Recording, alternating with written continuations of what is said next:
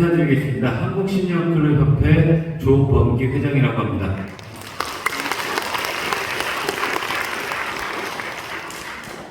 저는 사실 이 내용을 들으실 그 청중분들이 이 어르신이라고 생각을 해서 조금 어르신들이 이해하기 쉽게, 물론 여기 토론자로 나오신 우리 그 토론자분들께는 조금 죄송한 말씀이지만, 그래서 보통 그 발제문을 조금 좀 세세하게 학술적으로 연구 자료라든지 통계 자료라든지 이런 거를 써야 됨에도 불구하고 어르신들 관심이 없으실 것 같아서 어르신들 이해가 쉽게 좀 풀어봤습니다.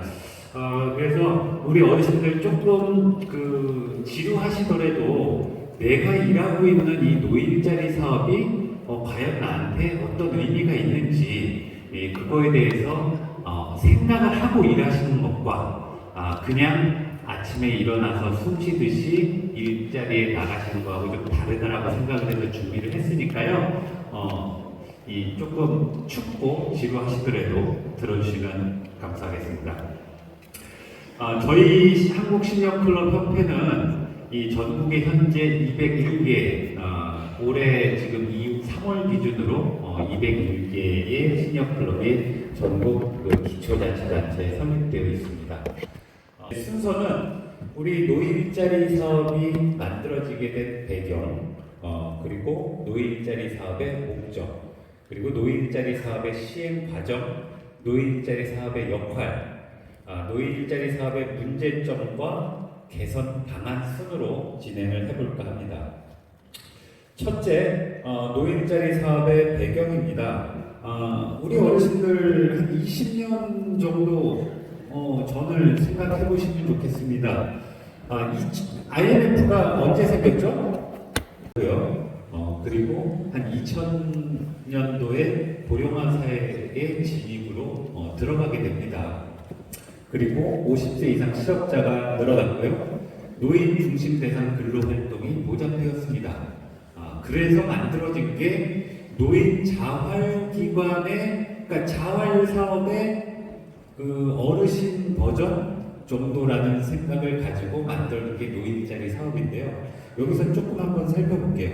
자, 지금 아마 오래돼서 기억은 안 나시겠지만 IMF 때 근무기도 하고요. 우리나라 사회 전반 자체가 굉장히 힘들었습니다.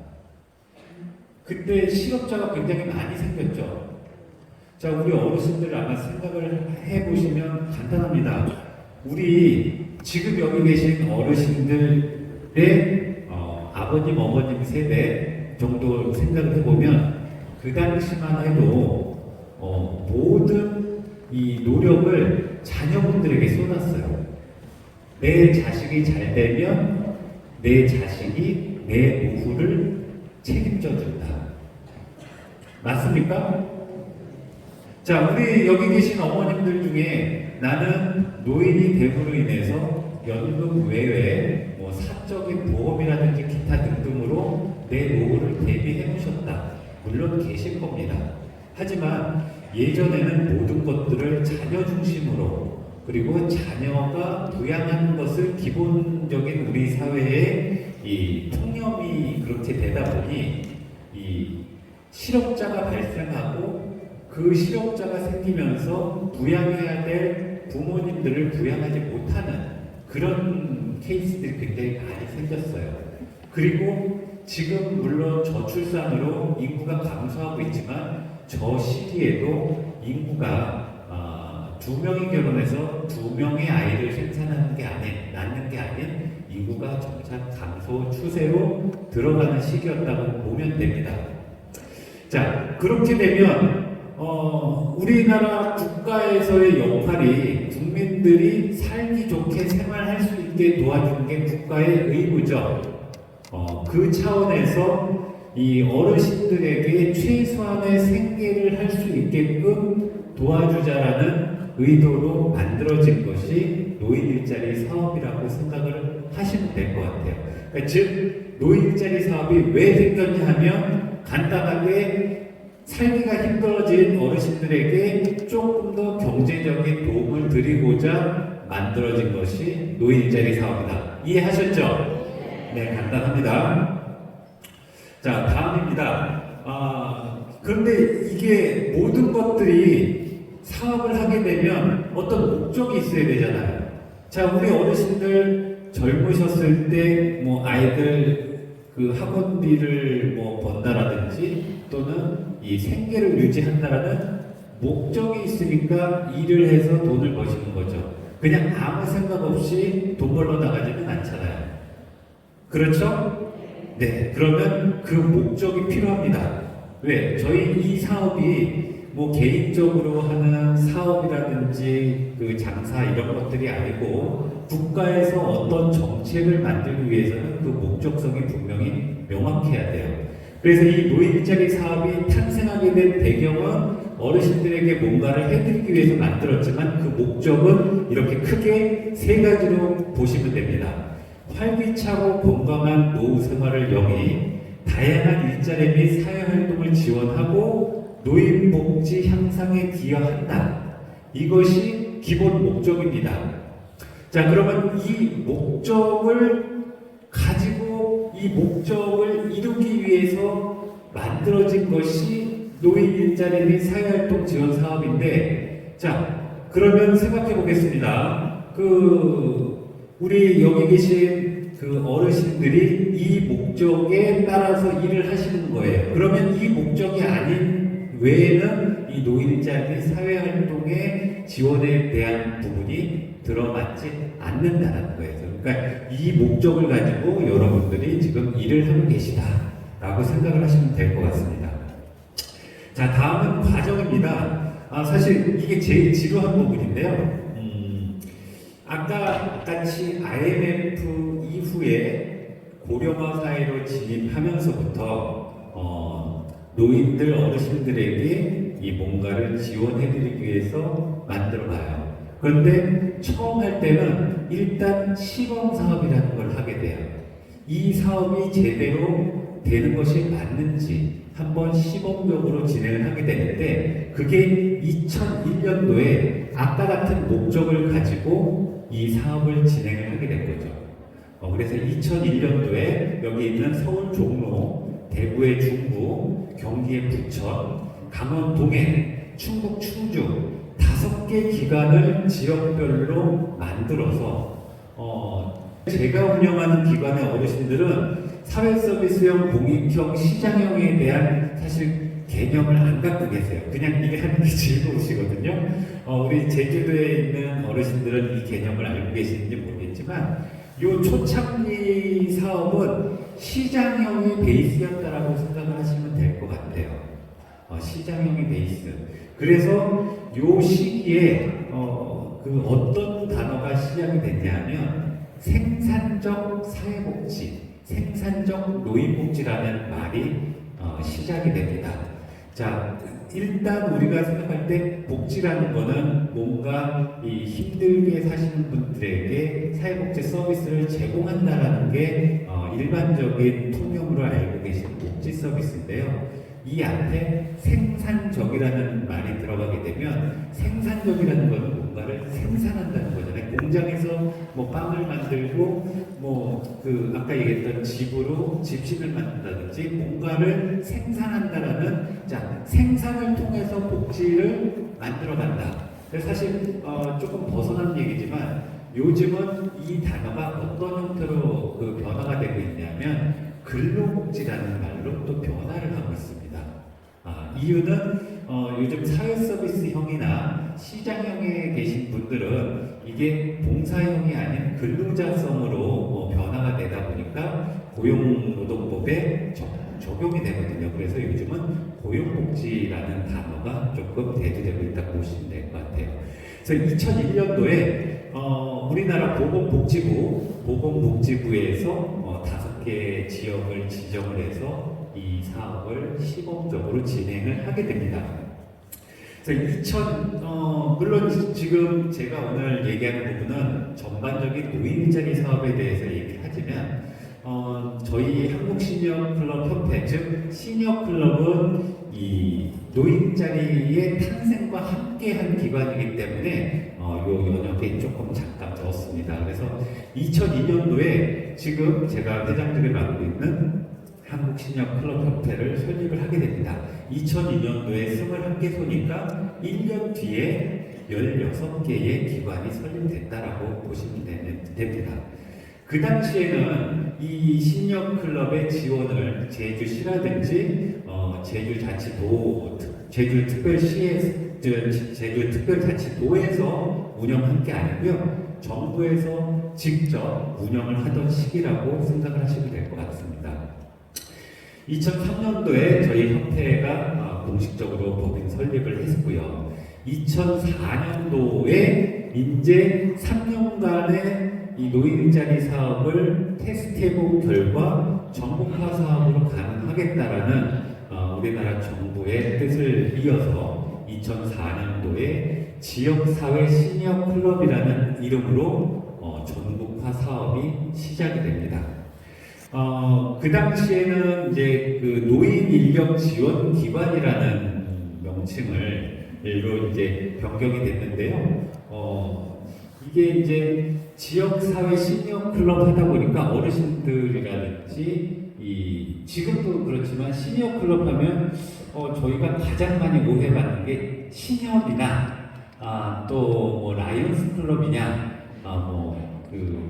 로타리 클럽이냐 이런 얘기를 굉장히 많이 듣습니다. 사회복지시설이라는 느낌이 많이 안 들다 보니 이 기관의 이 명칭을 정확하게 표현할 수 있는 노인 인력 지원 기관이라는 명칭으로 2004년도에 명칭이 한번 변경이 됐었고요. 그 당시에 아까 여기 오셨던 한국노인인력개발원 원장님 기억하시나요? 그래서 그 기관도 공식적인 기관은 아니었고요. 그 당시에 국민연금공단 내에 노인인력무역센터라는 조직을 하나 만들고 전국적으로 정부 지원 노인 일자리 사업이 공식화됐습니다. 그 전국적인 사업이 35,127자리. 참고로 올해 기준으로 103만 자리인 거 알고 계시죠? 전국적으로. 그러니까 지금 20년 동안 노인 일자리 사업의 양적 성장이 어마어마하게 됐다는 말씀을 드리고 싶습니다.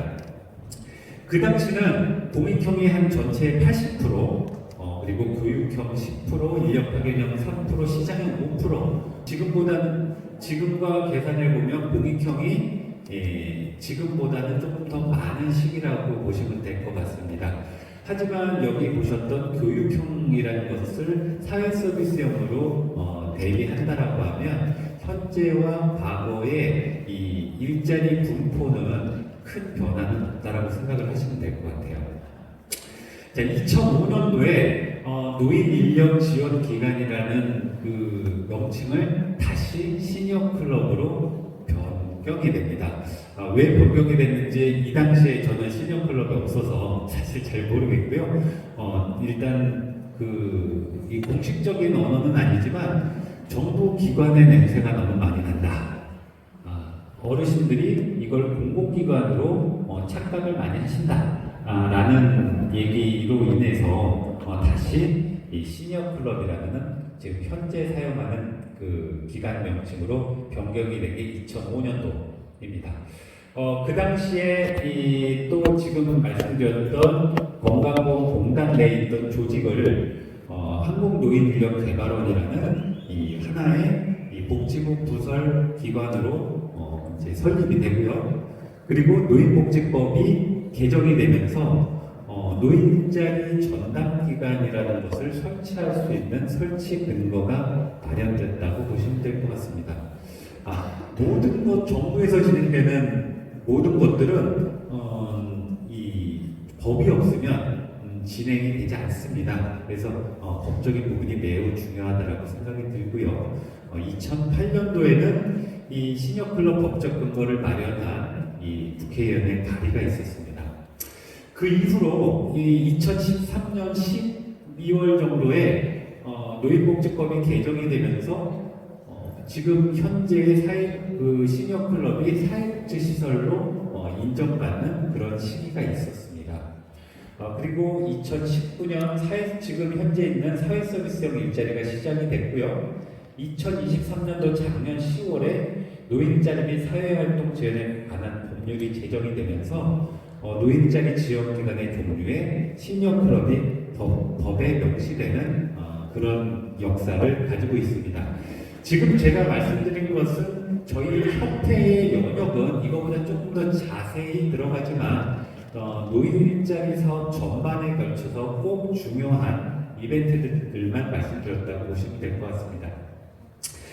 좀 빨리 끝내라고 말씀을 하셔서 제가 5분만 좀 더 쓰도록 하겠습니다. 최대한 빨리 진행하겠습니다. 노인 일자리 사업의 역할은 크게 4가지라고 저는 생각을 합니다. 첫 번째가 경제, 사회, 문화, 복지 4가지입니다. 우리 어르신들이 이거를 보면서 조금 고민을 해봐 주셨으면 좋겠어요. 자, 경제라는 거는 여기 계신 분들이 공익활동형으로서 활동비를 받으시던 아니면 일자리 사업에 참여하셔서 소득을 받으시던 경제적인 소득이 발생을 합니다. 그럼 경제 활동을 하는 경제인으로서 생산과 소비를 같이 하죠. 여기서 받으시는 돈으로 지역사회에서 뭐 손주들 용돈을 주던 맛있는 걸 사드시던 뭘 하시던 소비가 됩니다. 그럼 지역 경제 활동에 굉장히 큰 영향을 미쳐요. 두 번째, 사회입니다.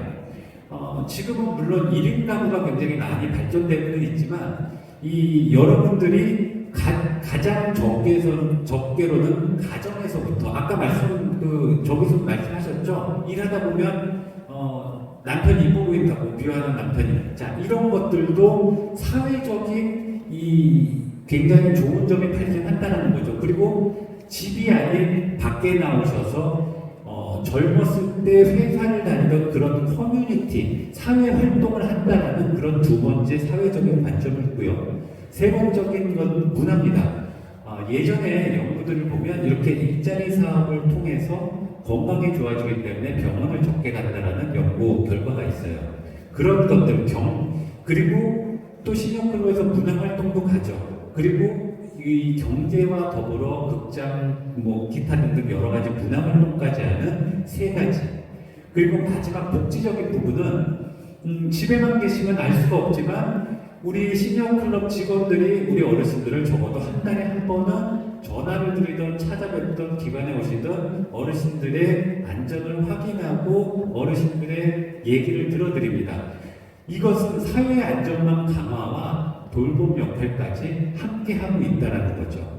그래서 크게 나는 이 4가지가 지역사회에서 노인자리 사업이 이 지역에 미치는 영향이 저는 크게 4가지라고 보는 건데 여기 계신 어르신들은 내가 과연 어디에 속하는지 한번 고민해 보면 좋겠다라는 말씀을 드리고 싶습니다. 자, 노인 일자리 사업의 문제점입니다. 첫 번째는 이 사업을 하기 위해서는 저희는 이게 복지사업인데 복지사업임에도 불구하고 근로자성인 부분 때문에 법적인 제도가 굉장히 많아요. 이게 복지사업이면 노인복지법, 사회복지법에만 들어가야 되는데 근로복지법이라든지 근로복지법을 위시한 다른 그 영역에 굉장히 걸쳐 있는 것들이 많아요. 그래서 이런 제도적인 것들이 문제가 좀 되고요. 두 번째 좀 전에 말씀드렸던 근로와 복지에 대한 인식이 결여돼 있어요. 근데 인식 결여란 얘기는 이 외부에서 보는 시각뿐만 아니라 일하시는 어르신들에 대한 인식도 다르다는 거죠. 나는 분명히 월급 받고 일하는데 어르신들은 나는 이 서비스를 당연히 받아야 된다라고 생각하는 복지 서비스로 생각을 하시는 거죠. 여러분이 만약에 시니어클럽이 아닌 일반 회사를 가신다라고 하면 어르신들이 일 있을 때 전화해서 나 오늘 못 나가? 나 이거는 마음에 안 드는데 이거 바꿔줄 수 있어? 말씀하실 수 있을까요? 어르신 스스로가 내가 이 일자리 사업에 참여하는데 내가 이 복지 서비스를 받는 건지 명확하게 근로자로서 일을 하는 건지에 대한 상호 간의 인식이 결여되어 있다는 거죠.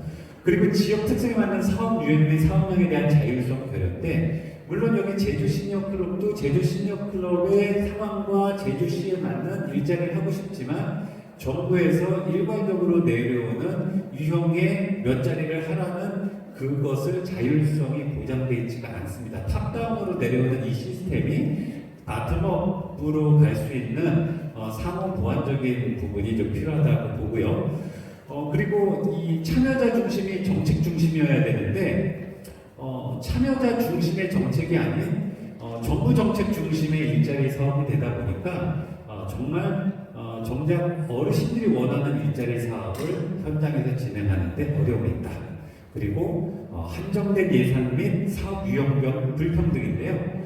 자, 어르신들은 이렇게들 말씀하십니다. 나도 70만 원 받고 싶어. 근데 왜 그 사업만 70만 원을 주지? 예. 공익형, 사서형, 시장형에 대한 정부의 지원 단가 자체가 좀 다르고요. 이것을 받아들이는 어르신들 또한 역시 불평등이라고 생각하시는 분들이 있습니다. 복지정책 사업으로서 누구에게나 평등한 서비스를 제공해야 된다라는 이 법적인 부분이 있기 때문에 이 부분이 조금 개선이 돼야 되지 않을까라고 생각을 합니다.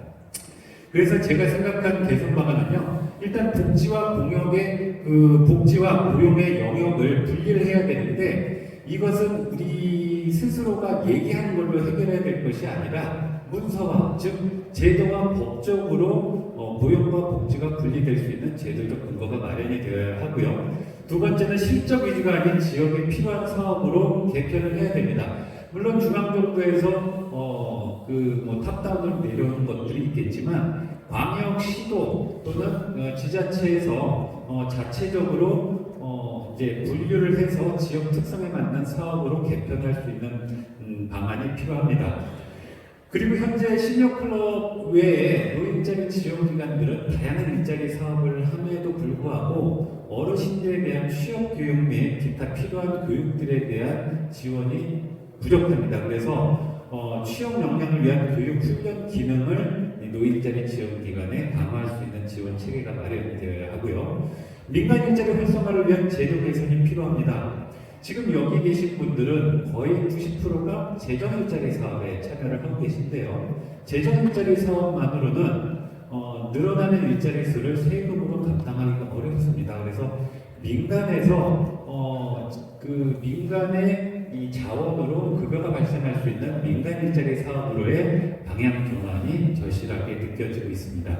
마지막으로 지역 노인자리 사업의 거점으로서 역할을 수행할 수 있는 부분이 필요한데요. 지금 제주시에서 가장 많은 사업량을 하고 있는 제주 시니어클럽에서 제주시 안에 있는 모든 노인자리 사업을 컨트롤함으로써 조금 더 상호 유기적인 지역 일자리 사업이 될 수 있도록 통합 거점 서비스 제공이 필요하다고 생각합니다. 시간을 많이 썼습니다. 이상으로 발제를 모두 마치도록 하겠습니다. 감사합니다.